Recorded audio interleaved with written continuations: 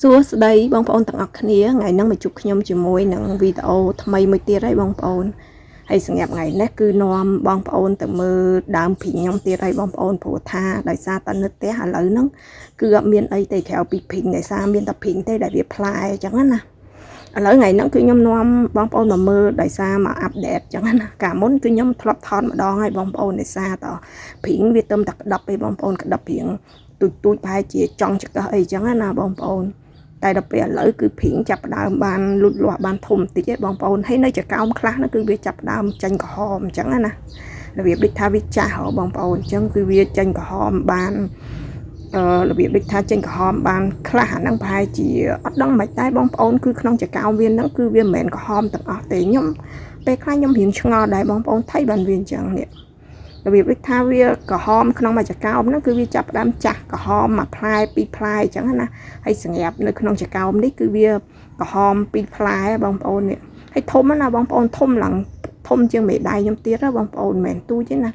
ហើយផ្លែវារៀងធំថ្លោថ្លោអញ្ចឹងណាវាទៅធំជាងមេដៃខ្ញុំទៀតក្នុងមួយផ្លែវានេះហើយថ្លោថ្លោប៉ុន្តែសម្រាប់ព្រីងនេះគឺវាផ្លែអត់សូវច្រើនរបៀបដូចថាវាដូចព្រីងខ្មែរយើងបងប្អូនខ្ញុំធ្លាប់ឃើញព្រីងខ្មែរយើងគឺផ្លែច្រើនអញ្ចឹងណារបៀបដូចថាវាផ្លែឡើងពេញមេឃពេញធៀងពេញដើមមកអានេះវិញផ្លែវើលប្រហែលដោយសារតែវាទំតផ្លែសាដបងឬក៏មិនទេអាហ្នឹងប្រហែលជាអញ្ចឹងហើយរបៀបដូចថាប្រហែលជាដោយសារតែផ្លែសាដបងហើយរបៀបដូចថាផ្លែនេះគឺវារៀងវើលដោយសារវាធំឬក៏មិនអញ្ចឹងណាអានេះខ្ញុំអត់សូវដឹងដែរអញ្ចឹងណាបងប្អូនដោយសារតែផ្លែ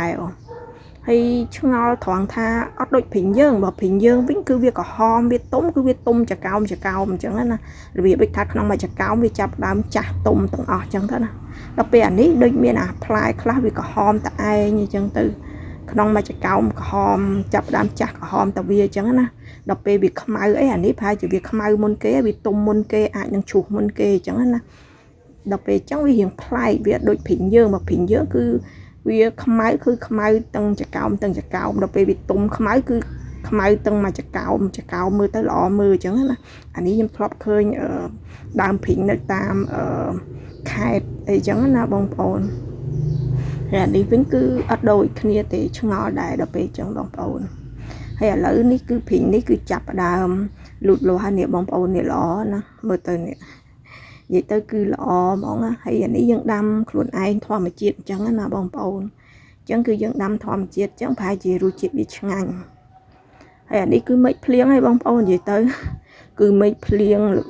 អត់វាចូលមេឃភ្លៀងបងប្អូនហើយអានេះឆ្កែខ្ញុំណាបងប្អូននេះអានេះឈ្មោះអាឌូបងប្អូនអាហ្នឹងកាចរៀងកាចឲ្យខូចទៀតអញ្ចឹងណាហើយមេឃភ្លៀងខ្លាំងអញ្ចឹងខ្ញុំភ័យបងប្អូនខ្ញុំភ័យខ្លាចតលិចផ្ទះទេដោយសារផ្ទះខ្ញុំឲ្យទៅថាមេឃភ្លៀងគឺដល់កឲ្យបងប្អូនគឺទឹកហូរវាអត់តាន់ដល់ពេលអញ្ចឹងគឺដឹងលិចផ្ទះហ្មងលូគឺដឹងតែឲ្យតែភ្លៀងមកលូគឺពេញហ្មងអត់មានកន្លែងហូរហ្មងហើយភ្លៀងខ្លាំងអញ្ចឹងបារម្ភខ្លាចតែនេះឲ្យបងប្អូនខ្លាចតជុះក្តាប់ព្រីងបងប្អូនអញ្ចឹងសង្ឃឹមថាវាភ្លៀងហ្នឹងគឺវាភ្លៀងអត់ខ្លាំងអញ្ចឹងណាតែតាមពិតទៅភ្លៀងអត់ខ្លាំងឲ្យបងប្អូនមកហ្មងអានេះវាអត់សូវខ្លាំងហ្មងទេបងប្អូនមកល្មមនិយាយទៅភ្លៀងឲ្យវាអត់សូវមានខ្យល់ទៀតអញ្ចឹងណាបើខ្យល់វិញគឺជ្រុះបងប្អូនគឺរបៀបដូចថាជ្រុះក្តាប់ព្រីងគឺជ្រុះរហូតអញ្ចឹងណាឲ្យថាមានភ្លៀងមានខ្យល់គឺដឹងជ្រុះហ្មងជ្រុះក្តាប់វាទូចហ្នឹងគឺដឹងតែពេលខ្លះមានជ្រុះហ្មងហើយនេះភ្លៀងយូរដែរណាបងប្អូនភ្លៀងរៀងយូរដែរបងប្អូនឡើងមករបៀបដូចថាចូលចឹង1ម៉ោង2ម៉ោងដែរបារម្ភដែរគ្រាន់ថាភ្លៀងវាអត់សូវខ្លាំងអញ្ចឹងណាហើយភ្លៀងវាអត់សូវខ្លាំងទេបងប្អូនសំណាងដែរបើភ្លៀងខ្លាំងគឺផ្ទះខ្ញុំដឹងតែលិចហើយបងប្អូនភ្លៀងខ្លាំងលើកណាគឺលិចកាលហ្នឹងហ្មងគឺដឹងតែហូរនិយាយទៅគឺហូរអត់តាន់ឥឡូវគឺខ្ញុំចោះមកមើលហើយវារៀងអាលឹមតិចវារាំងលឹមតិចឲ្យមកមើលខ្លះចាំមើលវាមានឈូសអីចឹងណាបងប្អូនឈូសក្តាប់ឈូសអីអត់ដល់ពេលទៅមើលអត់មាននិយាយទៅគឺអត់មានឈូសក្តាប់ឈូសអីទេបងប្អូនគឺខ្ញុំមកមើលចេះតែមកមើលទៅព្រោះថាអានេះយើងដើមព្រីងរបស់យើងមានតែមួយដើមនឹងហងបងប្អូនហើយទៅផ្លែលើកដបងចឹងហើយចេះតែមកមើលវារហូតចឹងណាហើយនិយាយទៅគឺសម្រាប់បងប្អូនប្រហែលជាបងប្អូនខ្លះគាត់គិតថាមិនព្រម đam ấy xe chẳng á nam nè khác còn ai nằng ở xây cho chất đam phình ấy chẳng thì còn ai nằng đam ta nằm ấy xe chẳng á na hay nghe phình ấy cứ ta bóng lại trong đam đây tề bóng bóng để xa đam vi hiện thôm mỗi dân ta thôm dân tới cái hiện của bạn đam ấy chẳng á na tại đây xa cái ai câu chẳng tới có trẻ đam từ